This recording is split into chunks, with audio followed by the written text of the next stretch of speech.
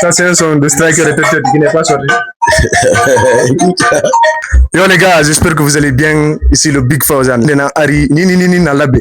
Donc, no atare labe do aramire wali kasali kuyati. Na ari ka studio. Yidu gole Saliou Kouyaté na mar question ji buy compose nam. Wandi Saliou Kouyaté c'est l'ex manager du Tati. Kanko wadi succès Tati on artiste be buy. Donc mon derga man cameraman. Kong. Eh, Djeliba. Comment frère, ça va? Yeah, cool. Tranquille, gars. Bonsoir. Ouais. Les Big Fawzan. Ça va. Bien ou quoi? Bien ou quoi? Ouais. Bonsoir. Comment tu vas, frère? Ça va et toi? Ah, ça va, je vais bien. Ça dit quoi? Tranquille, ça fait plaisir que tu sois là. Je me suis dit, je ne peux pas passer à l'AB sans me passer par ici. Donc, je suis venu vous saluer. Je suis venu à la source, quoi, tu vois. Ça fait vraiment plaisir. Et tu sais que je suis fan d'abord de ce que tu fais. J'encourage. C'est bien de donner de la force à ceux qui n'en ont pas et ceux qui en ont surtout besoin. Ah, c'est un honneur pour moi. Moi, je suis fan depuis que j'étais petit, depuis Soland Record, depuis que c'était Corps Malade. Je comprends, ouais. Tu sais, c'est une continuité. C'est le même combat qui continue jusqu'à aujourd'hui. C'est-à-dire, à partir d'ici, essayer de faire éclore les talents, quoi, sans pouvoir galérer pour aller ailleurs. Ouais, nous voyons le travail, ce que vous faites ici, c'est énorme.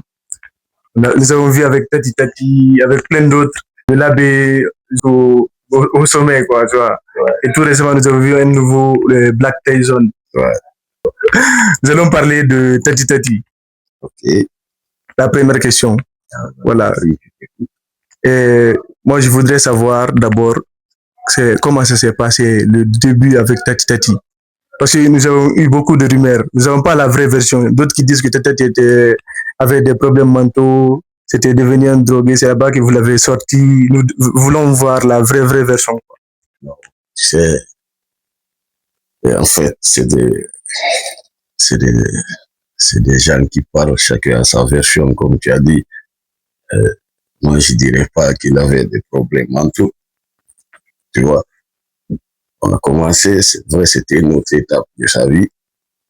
Mais voilà, on a eu à faire un parcours, il n'y a pas à stigmatiser. Voilà, il avait un problème mentaux, il était ceci, il était cela. C'était un jeu comme tout le monde qui avait ses propres difficultés. Tu as vu? Et Dieu a fait que la fusion, ça a pu marcher, quoi. Ouais. Donc, c'est un peu ça. C'est le plus naturellement possible. Okay. Il n'y a pas de...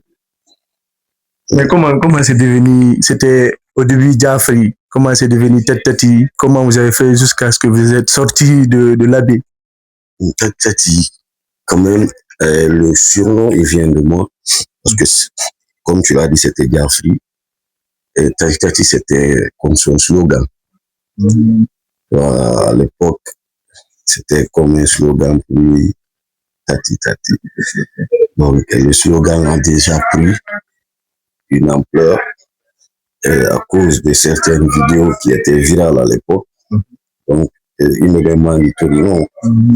Du coup, je me suis dit pourquoi ne pas le blaser Tati en même temps. Parce que déjà, dans l'esprit des gens, quand on parle de Jafri, c'est Tati. Donc, c'est comme ça que c'est venu. Okay. Avant, on disait souvent que pour réussir, il faut quitter l'abbé, il faut quitter le Fouta, il faut aller à l'extérieur, il faut aller à Conakry. Comment vous avez pu réussir ici? La passion. La passion. La passion, tu sais, depuis fort longtemps, parce que c'est que certains peut-être ne savent pas. Moi, je dirais pas que j'ai fait partie de toutes les générations, mais même la première génération de la musique à l'abbé, j'étais le petit des grands. C'était un peu ça, parce que vu qu'on avait une boîte de nuit, c'est là-bas que les artistes venaient s'enregistrer à l'époque au Parrain. Donc, il y a déjà eu il y avait déjà cette connexion-là avec la musique et tout ce qui est enregistrement. Et d'autres enregistrés au Tenkiso, d'autres à la radio rurale. Je voyais comment les aînés galéraient, tu vois, pour avoir ne serait-ce qu'une maquette studio, il fallait quoi, se déplacer jusqu'à Conakry. Et c'est pas tout le monde qui avait les moyens, surtout de faire. C'est pourquoi tu voyais à l'époque des artistes tourner ici avec un seul son pendant 4 ans, 5 ans.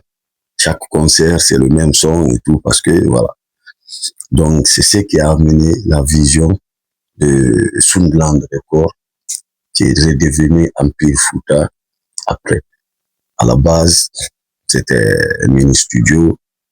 Après, comme tu le sais, on a pris un local au Tenkiso et ça a commencé. On a commencé à sortir les premières maquettes un peu écoutables. Parce qu'à l'époque, c'était la danse. Moi, quand j'étais revenu après la fac pour fonder ça, avec mes amis, Bigo Pae, Lika d'Africa, Kobe, PH, Sonan, Biox, Lima, Tien, toute la clique, quoi. Donc, on s'était dit, les gars, c'est pas normal. Une ville comme la baie, tu viens, c'est les danseurs qui font des spectacles et qui remplissent les salles. Donc, il fallait briser ce mythe-là. Ceux qui ont connu Sunderland savent que, ouais, certes, les sons n'existent pas sur les plateformes, mais à l'époque, c'était une génération dorée aussi, parce que ça a un peu changé le game, comme on le dit. L'arrivée de Sunderland a un peu changé le game, quoi. Donc, c'était la même vision, c'est-à-dire quitter d'ici, montrer que c'est possible et aller à la conquête du monde. C'est pourquoi j'ai mis toujours le slogan en avant, la baie c'est Marseille. Géographiquement, on n'est pas la capitale, mais musicalement, on existe aussi. T'as vu? Donc, c'est ça, c'est une suite logique du parcours comment on appelle, des jeunes passionnés. T'as vu? Donc, c'est ça. Quand tu es passionné, tu calcules pas, tu fonces. Seulement, à l'époque, j'avais frappé à des portes, comme tu le sais toujours, des grands toi, des hommes des médias et tout. On nous a jamais dit non, des promesses. À un moment donné, on s'est dit, mais écoute, on peut compter que sur nous-mêmes.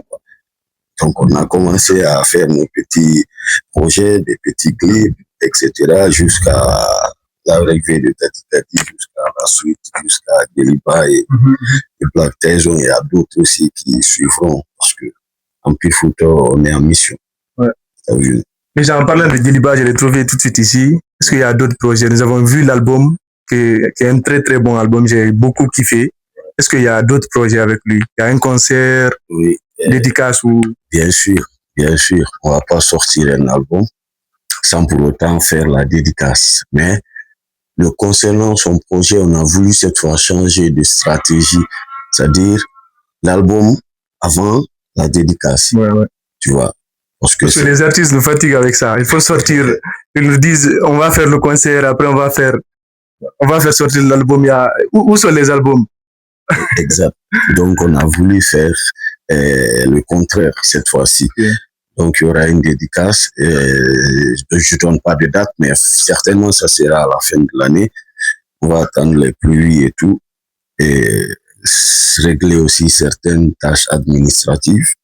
Après, on va balancer une date. Il y a déjà un clip aussi qui doit sortir. Toujours un clip de l'album qui doit sortir ces jours-ci, Inch'Allah. Ouais.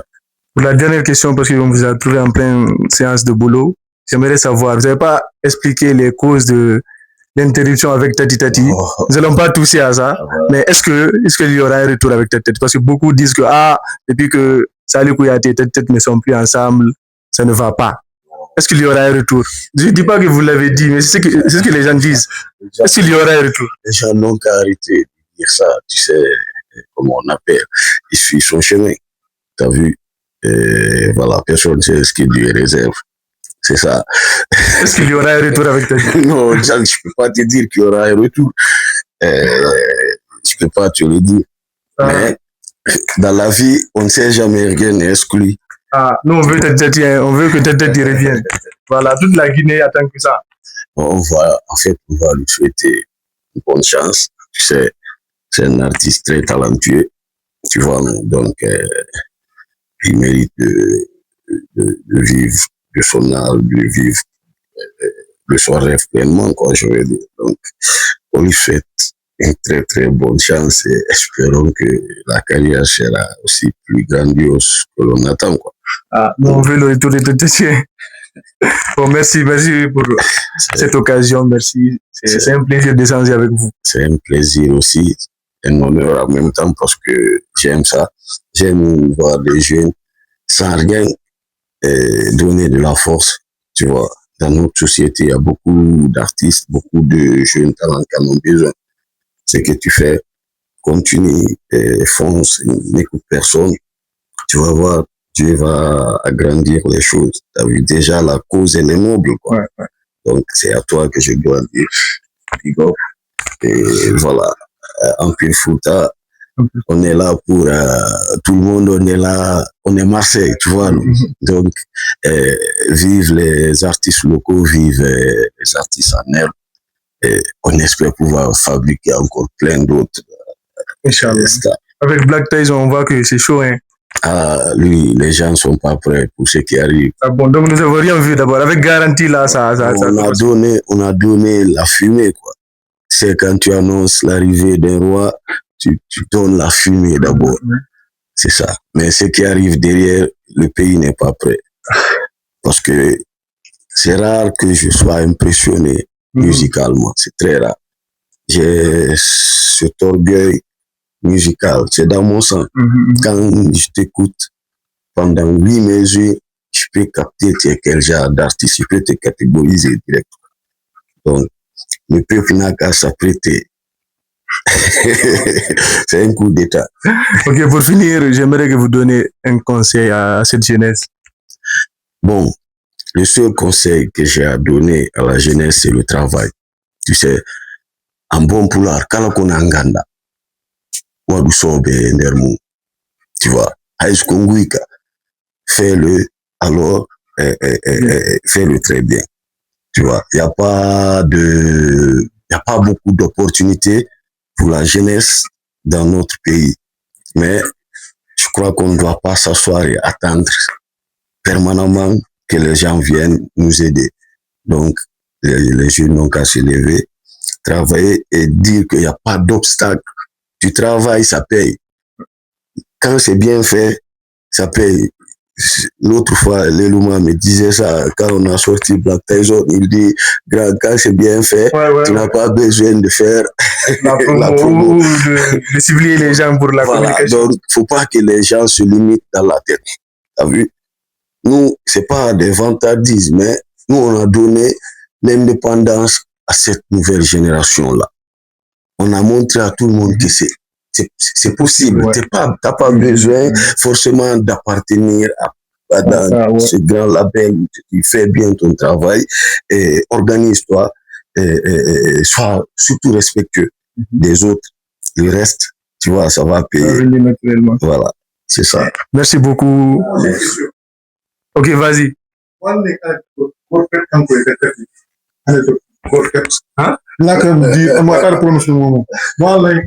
Une anecdote avec Tété. Ok, vas-y. On veut savoir une seule anecdote avec Tété. Par exemple, il y a ça.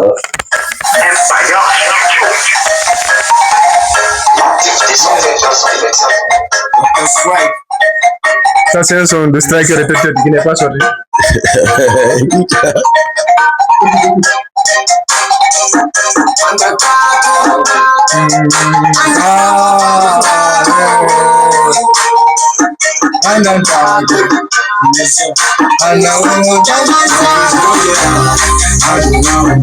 $5 millions de vues, non?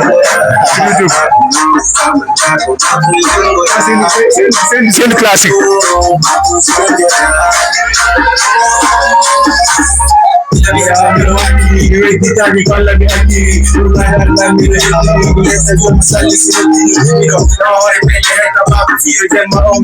Alors, Non, j'ai la chair de poule, quoi, de réécouter ça. C'est une version que j'avais sortie. Il y a plein de choses, mais il y a une anecdote avec lui quand même dont je vais rigoler jusqu'à ma mort. Soit au début de notre collaboration, la première fois que je l'ai amené à Conakry, on était à Koza, Camp Carrefour. Donc un jour, on est quitté de chez mon grand shérif, derrière l'ambassade, on rentrait. On avait la dalle, tu vois. On arrive à un Carrefour où on vend les poulets là. Il me dit, Rasta Nyanego Darta, Nyama Gertu, Afrika. Nyama Gerso, tu vois, non? Ça fait rire, même la seule réponse que je lui ai dit, j'ai dit, Rasta, Ah, la gameplay, c'est ça. donc, il y en a plein. Voilà, il y a eu ce qu'il y a eu, il n'y a pas de haine, tu comprends. Derrière ça, la fraternité va rester, elle va demeurer, quoi. Moi, la seule chose que j'ai aimé, vous n'avez pas lavé vos linges sales avec le monde, quoi. Vous avez laissé tout en famille, vous n'êtes pas exposé sur les médias et tout. Donc, ça j'ai aimé quand même. Un bon plat à Darnata Madi, à Nidaro, à Dampani. Ouais. C'est la réponse. Est-ce que c'est. Oui. Ah! Ouais. Notre premier voyage hors du pays, c'était à Dakar. Il y avait un concert de Instinct Killer, dont on nous avait invité, Fonike Production, Big Up à eux, et ils nous ont invités pour faire la première partie. Donc on est parti en véhicule. Au retour, il fallait qu'on emprunte les taxis, comme vous le savez. Là, au niveau de la frontière, c'est une galère. Tu as vu, on n'était pas préparé à ça parce que on n'était jamais sorti du pays. Pour, tu vois, non. Donc on est arrivé, il n'y avait pas où dormir, le chauffeur refuse de dormir dans sa voiture. Donc, Kagoudrodo, mais voilà, on dit, mais grand shérif, hein, shérif Wali Wali, on tient ensemble. Donc, il y en a plein d'anecdotes comme ça. Tu sais, un parcours est toujours, il y en a toujours plein, quoi, tu vois. Mais bon, c'est ça. Nous voulons retourner. Hubert, tu vas. Merci beaucoup. C'était le Big Fawzan.